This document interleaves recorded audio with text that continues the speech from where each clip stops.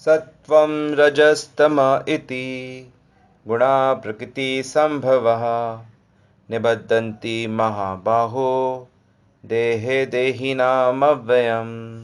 तो आज भगवद गीता के 14वें अध्याय का 5वां श्लोक है।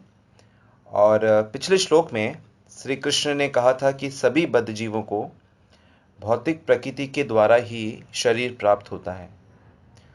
तो नेचुरली उस समय अर्जुन के मन में यह प्रश्न उठा कि यदि सभी जीव अविनाशी हैं और उन्हें प्रकृति के द्वारा जो शरीर प्राप्त होता है उसका तो विनाश हो जाता है, तो ये नित्य हमेशा रहने वाला जीव कैसे परिवर्तन वाले शरीर में फंस जाता है, बंध जाता है। तो उसी के उत्तर में भगवान कहते हैं कि ये जो जीव है, ये तीन जो गुण हैं प्रकृति के, सत्वगुण, रजोगुण और तमोगुण, ये तीनों गुण उसको बांध देते हैं। यही श्लोक का अर्थ है, ध्यान से सुने। भौतिक प्रकृति तीन गुणों से युक्त है, सतोगुण, रजोगुण और तमोगुण। हे महाबाहु अर्जुन, जब शाश्वत जीव प्रकृति के संसर्ग में आता है तो वह इन गुणों से बंध जाता है। तो भागवत में भी ये बताया गया है कि प्रकृति इन तीनों गुणों को उत्पन्न करती है, परंतु ये गुण जीव को बांध सकते हैं, भगवान को नहीं बांध सकते। वास्तव में इन गुणों की सृष्टि ही इसलिए हुई है कि जो भगवान श्री कृष्ण की सेवा नहीं कर रहे, ये गुण उसको अनित्य जगत से बांध देते हैं। जीव, दूसरे अध्याय में आपने बहुत सुना है कि आत्मा अविनाशी होती है। अविनाशी तु तद्विद्धि येन सर्वमिदं ततम्। वह मर नहीं सकती, परंतु हमें हर समय ये लगता है कि हम मरने वाले हैं, हमारे अपने कहीं मर ना जाएं। मृत्यु से घबराहट होती है, मृत्यु के विषय में बात नहीं करते। तो अनित्य जीवन में हम जीते हैं। पर क्योंकि जो कृष्ण को छोड़ते हैं उनके ऊपर ये काम करती है। तो ठीक उसी प्रकार यदि कोई श्री कृष्ण से जुड़ जाए, भगवान से जुड़ जाए, भगवान से अपने रिश्ते को जोड़ ले, तो वो फिर अनित्य जगत से बाहर आ जाता है, वो नित्य जगत में आ जाता है। उसको फिर ये माया, ये तीन गुण उसको डिस्टर्ब नहीं कर सकते। माया शब्द का अर्थ होता है ऐसी वस्तु जो दिखाई देती है, परंतु वह जैसी दिखती है वैसी है नहीं। ऐसे ही यदि हम गुण जो शब्द है उस पर विचार करेंगे तो इसका भी दो अर्थ बताए गए हैं। पहला अर्थ है वह चीज जिसे हम भोग सकते हैं, एंजॉय कर सकते हैं। परंतु इसका एक दूसरा अर्थ होता है जिसका मतलब होता है बंधन। जैसे रस्सी होती है जो बंधन क्रिएट करती है, तो गुण शब्द का अर्थ भी होता है बंधन। तो जब प्रकृति कुछ क्रिएट करती है तो जीव सोचता है, दूर से उसे लगता है कि मैं इसको भोग सकता हूं, क्योंकि इसमें बहुत से गुण हैं, इनमें किसी प्रकार का दोष नहीं है। परंतु जैसे ही जीव इन गुणों को भोगने लगता है, उस समय ये जो गुण हैं ये इससे अपने दूसरे अर्थ में व्यवहार करते हैं, यानी वो उसे बंधन में डाल देते हैं। और तब उसे पता लगता है कि इसमें तो अनेक दोष हैं। तो ये वास्तव में जब गुणों में वो फंस जाता है तो वहां से उसके लिए निकलना बड़ा मुश्किल हो जाता है। और जैसा बताया गया, क्योंकि ये जीव उस जीव को बांधते हैं, ये गुण जो श्री कृष्ण से दूर जा रहा है, लेकिन ये श्री कृष्ण को नहीं बांध पाते। और किसको बांधते? जो श्री कृष्ण से स्वतंत्र होके एंजॉय करने की कोशिश करना चाहता है। तो प्रकृति सोचती है कि अच्छा, तुम कृष्ण की सेवा में नहीं बंधना चाहते, तो मैं तुम्हें इन दूसरी चीज से बांध देती हूं, उस प्रकृति के गुणों से बांध देती हूं। तो ये प्रकृति की एक प्रकार की सीक्रेट योजना है।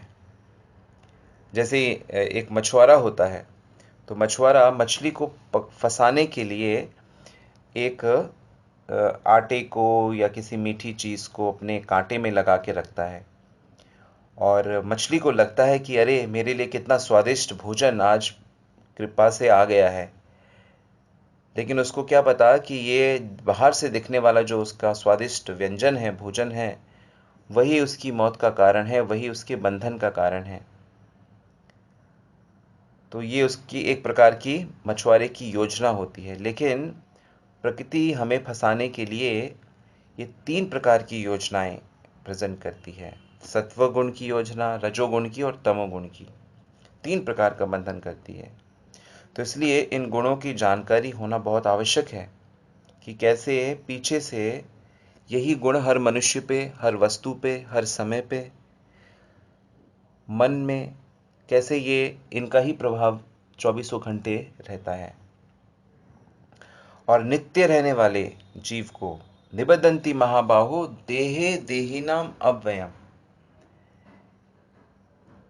नित्य है जीव, जीव दिव्य है।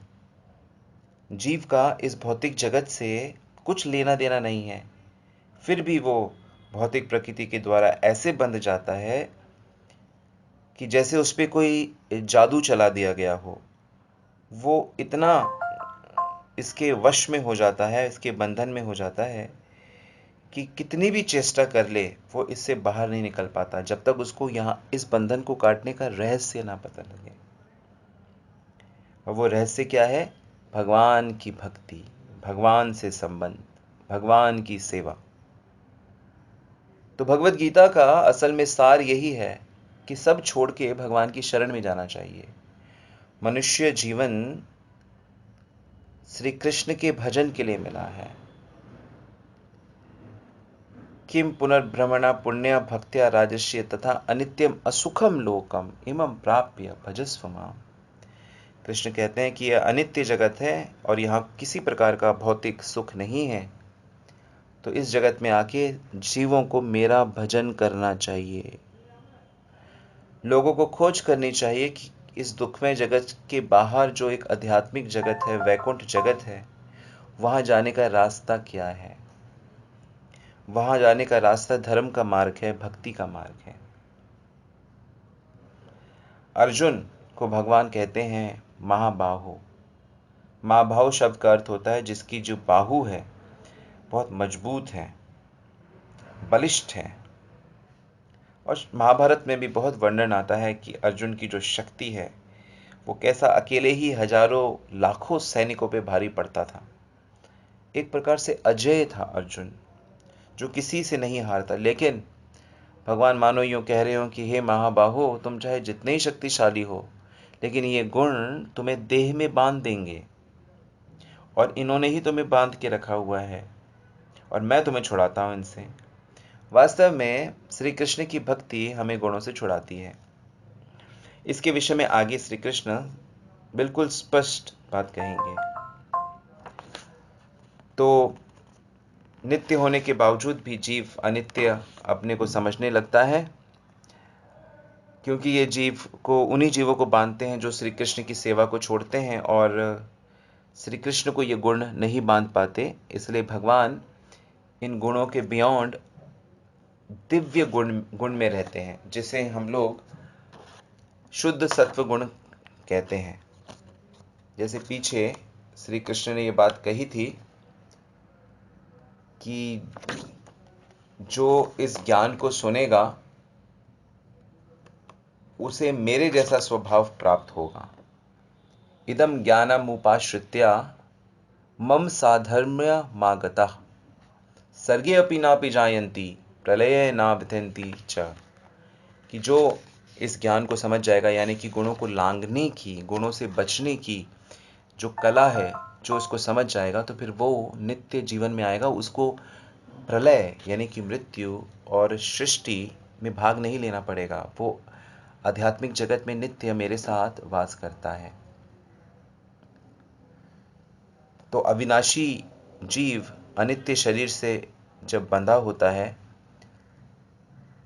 तो अपने आप को शरीर मान लेता है, और शरीर में जन्म है, मृत्यु है, वृद्ध अवस्था है, बीमारियां हैं, तरह तरह के कष्ट हैं। जिसका उसे अनुभव होने लगता है, और हम सबको चौबीसों घंटे इसका अनुभव होता रहता है। तभी प्रभुपाद कहते हैं कि गुण का ये जो एक और अर्थ है जिसे रस्सी कहा जाता है, तो यदि किसी व्यक्ति के हाथ पैर बांध दिए जाएं तो वो अपने को कैसे छुड़ाएगा? उसकी सहायता तो वही कर सकता है जो बंधा ना हो। इसलिए भगवान श्री कृष्ण की वाणी या फिर उनके प्रामाणिक प्रतिनिधि, गुरु, शिक्षक जो इनसे बंधे नहीं हैं, वही हमारे बंधन को खोल सकते हैं। हरे कृष्ण।